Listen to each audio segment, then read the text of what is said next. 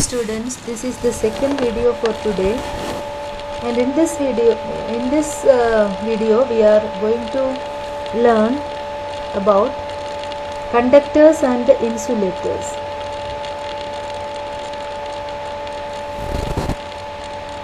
Conductors and insulators.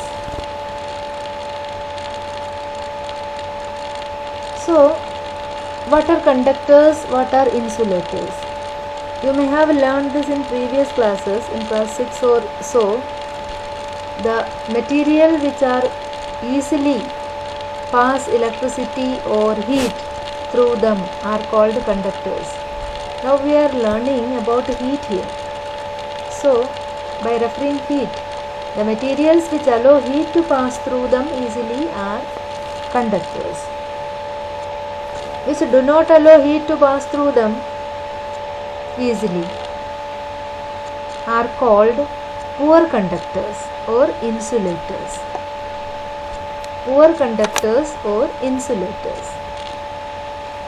So conductors pass electricity or heat. Here we have to mention only about heat.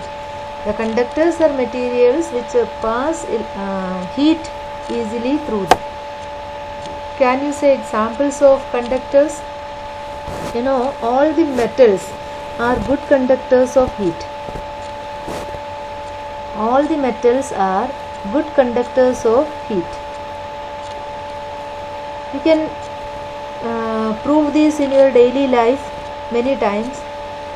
When you put yesterday also I told you, when you put a spoon in a hot water or in the pan, when you are cooking, if you put the spoon in it, after some time you can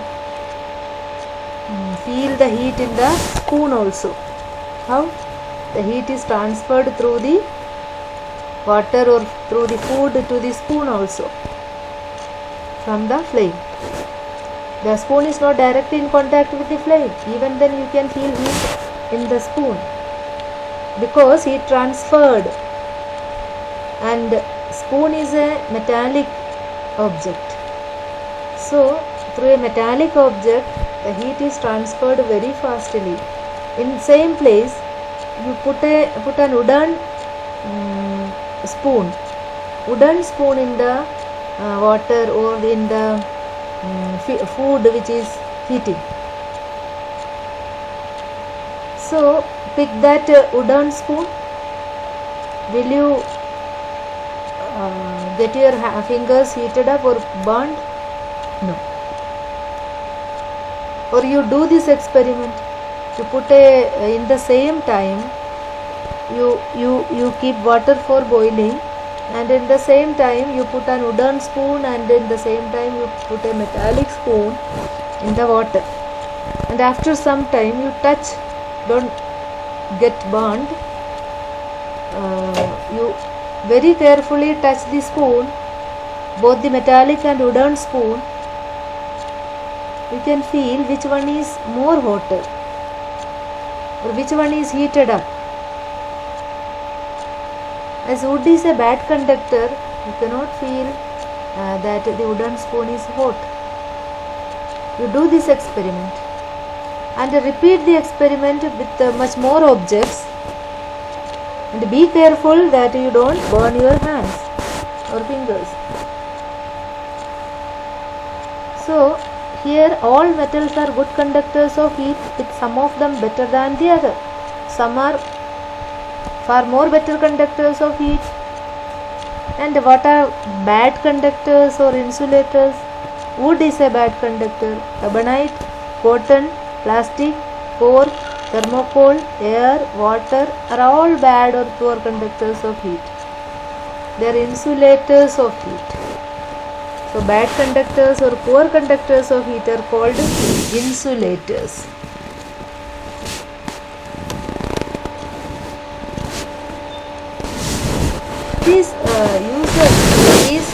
This theory of conductors and insulators has many use in our daily life.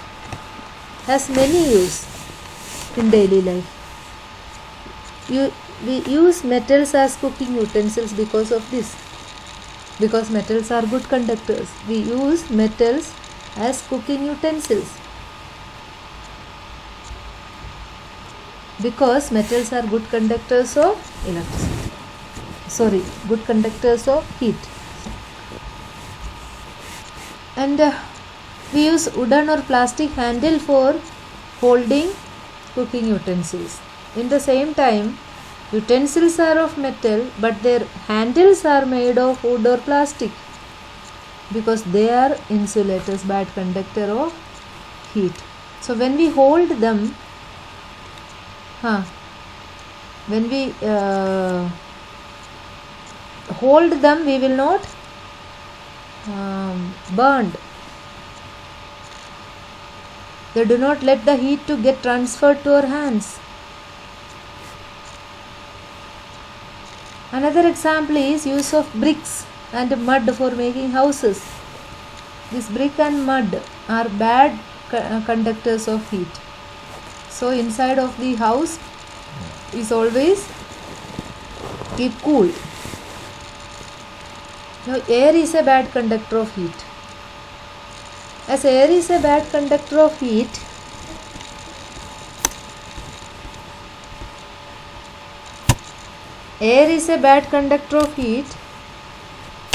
we can see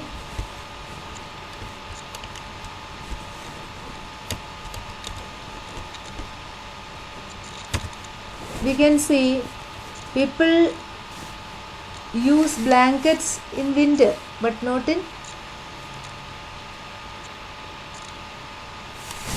summer.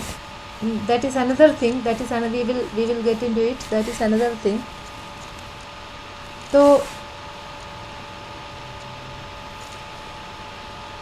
people prefer to wear. See, look at this slide. People prefer to wear light colored clothes in summer and dark colored clothes in winter. People prefer to wear light colored clothes in summer and dark colored clothes in winter. Why? The reason is light colored clothes in summer, because we feel comfortable with the light colors in summer. Why? They reflect most of the heat. That falls on them. They absorb less. So light colored clothes absorb less heat, but dark colored clothes absorb more heat, reflect less heat. And this is another thing, not about the conductor or insulator. Absorption, reflection. Heat, the absorption and reflection of heat is here. Heat is absorbed by dark colored clothes and heat is reflected by light colored clothes, most of the heat. Another thing is we use woolen clothes in winter. Why do we use woolen clothes in winter? To keep us warm. We use woolen clothes in winter to keep us warm. How they keep us warm? Or why do we use woolen clothes to keep us warm? Because in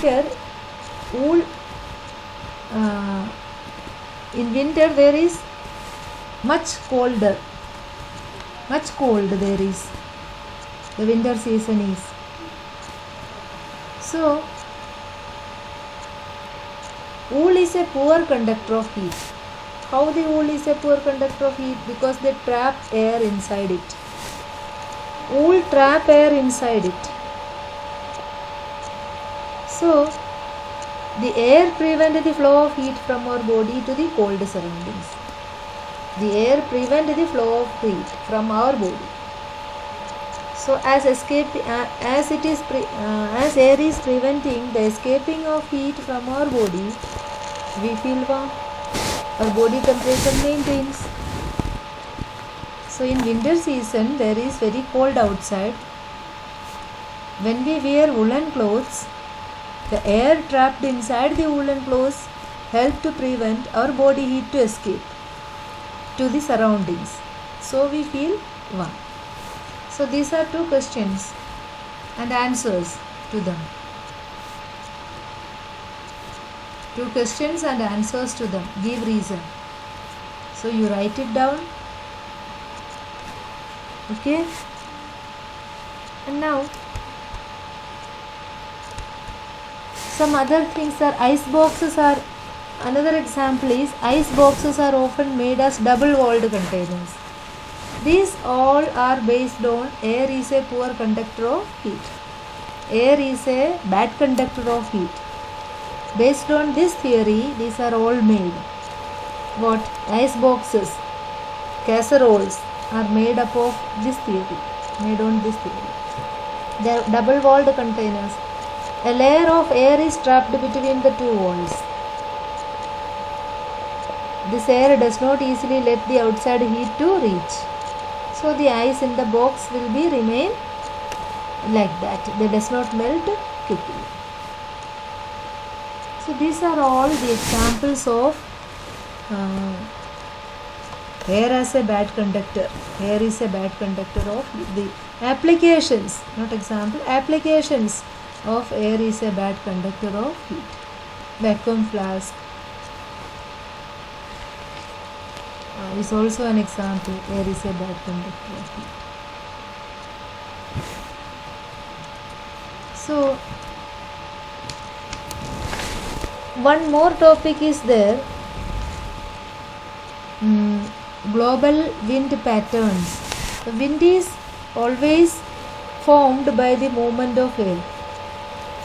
Wind is the movement of air. Setup of convection current in air. Setting up of convection current in air. When air gets heated up, it expands and occupies more space, become lighter and moves up.